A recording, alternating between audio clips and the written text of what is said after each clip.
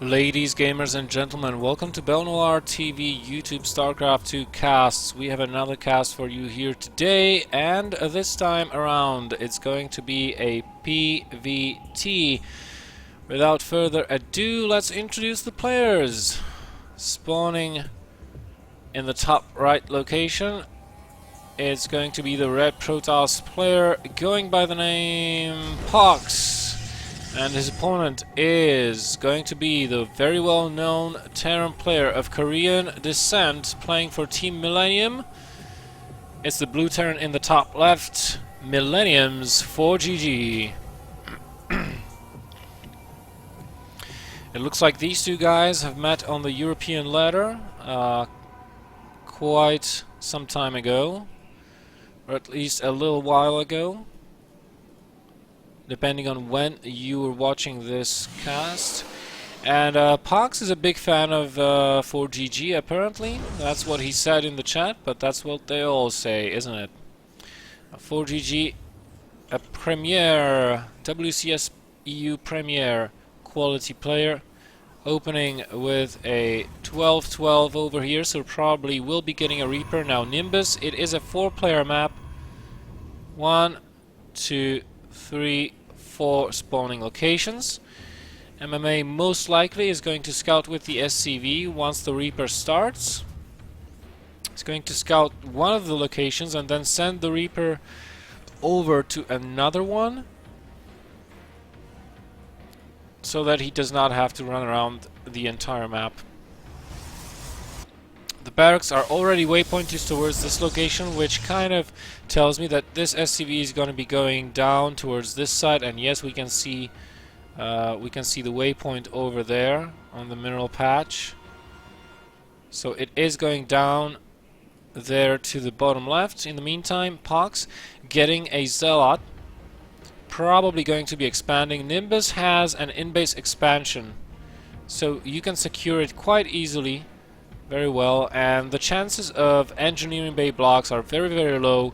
But even then, POX is going to send that probe over there, cancels the Zealot upon seeing nothing suspicious over there, so that he can get that expansion up and running a little bit faster.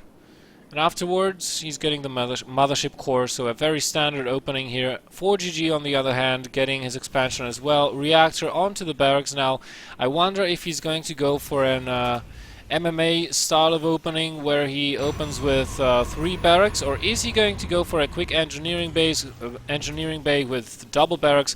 Looks like engineering bay is his opening of choice, and this Reaper has found the Protoss player. He's going to get a good scout around, get a feel for the gas count, and has to get away now that it's only 4 hit points, very close to being dead. And now it starts regenerating those hit points. ForGG doing a nice job scouting. Now with the Stalker out, it's going to be a little bit more difficult, but ForGG will no doubt want to get back to the Protoss base with this Reaper at around the 6 or 6:30 minute mark, which most of the time is the time when the tech from the Protoss player is being revealed. There's the Robo facility coming down for POX, so he's playing very safe over here. Nothing experimental going on so far. Meanwhile, ForGG adding on the second barracks, going to be adding a tech lab onto that as well, while he continues the marine production out of the first barracks. There's a very quick +1. If ForGG wants, he can go for a quick push here with the +1 upgrade, pre-medevac timing, force out a photon overcharge. Now, photon overcharge on this map does not extend all the way towards the ramp, so ForGG might have an opening where he can sneak a couple of units in and do some economic damage with them, sniping as many probes as he can. This Reaper finally will go down, but I think it has seen everything it needed to see. Yes, ForGG has seen the Robo facility. He didn't see the additional gases, but 1 Robo facility, only 1 gateway. I don't know if he saw the robotics bay. No, he did not. So we can see that POX, the Protoss player, is moving very quickly towards the towards Colossus tech. And let's see if ForGG will be brave enough to go for that +1 push He's got 20 seconds. That's just about enough to cross the map with the Marines. But I don't think he's going to go for that. Let's see. Maybe he'll wait for the stim to finish and then go for it. But if he does that, then he might as well wait for the medevacs as well. And by the time he gets there, there will be 2 Colossi out in the very least. So it might be very difficult for him to do anything with those Colossi on the field. Meanwhile, POX gets a good scout with the Observer. And gets a good feel for the Marine count. He knows that there are no medevacs out right now, no Vikings. First Colossus will be out shortly here. Where's the Chronoboost being spent onto, I wonder?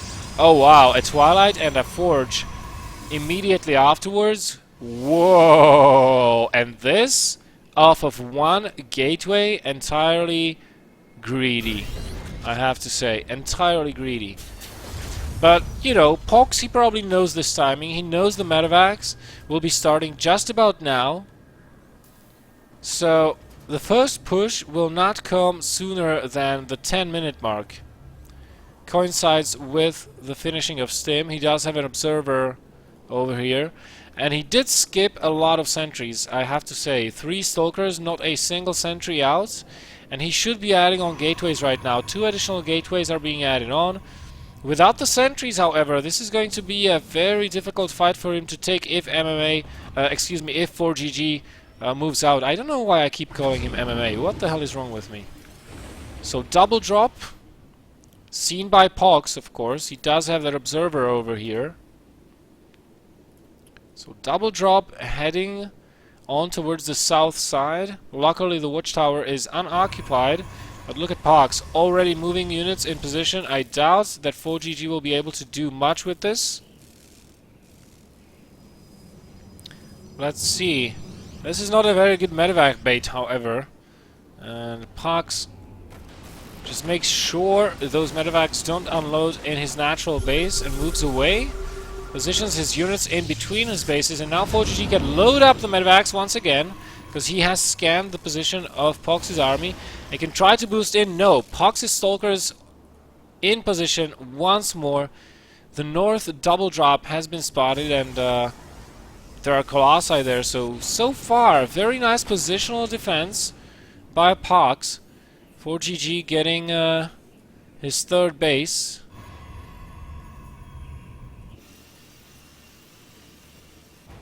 And more air units. This time it's going to be Vikings. But is it already too late? There are 3 Colossi on the field. 4 additional gateways are being added on. Plus 2 armor is being chrono boosted out.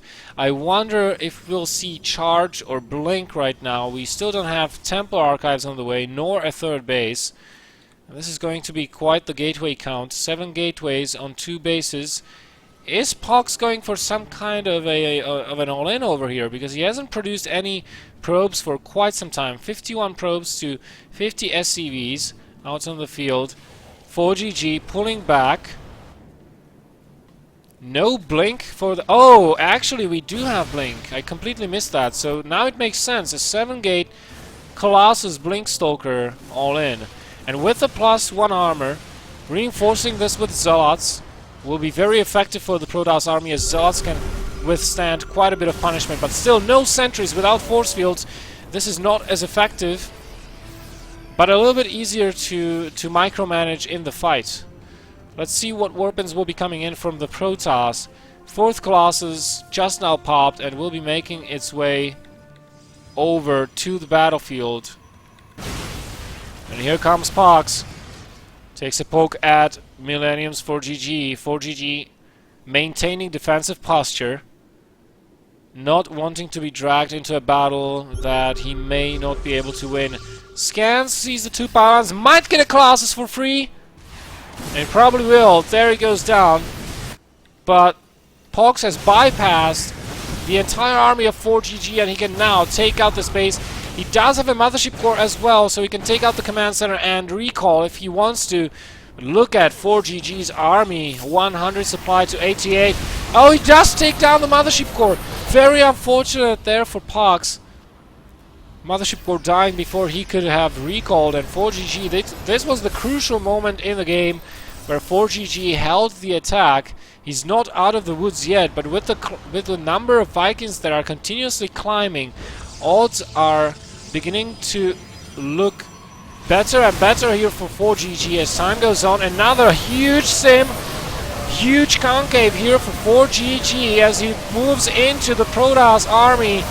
Targets down all the Colossus with the Vikings. Still has enough army on the ground remaining. Mass Stalker Warpins coming in from POX. Not going to be enough. Nice Blink Micro attempted. But unfortunately, GG called for POX as Millennium's ForGG takes the game. A little bit of advice being asked from ForGG by POX. So we're going to see what these two guys are going to talk about as the Terran player from Millennium is moving on forward to try and, well, not try, to finish off the Protoss player, basically. As POX did not have a plan B for this, and he will be tapping out of the game.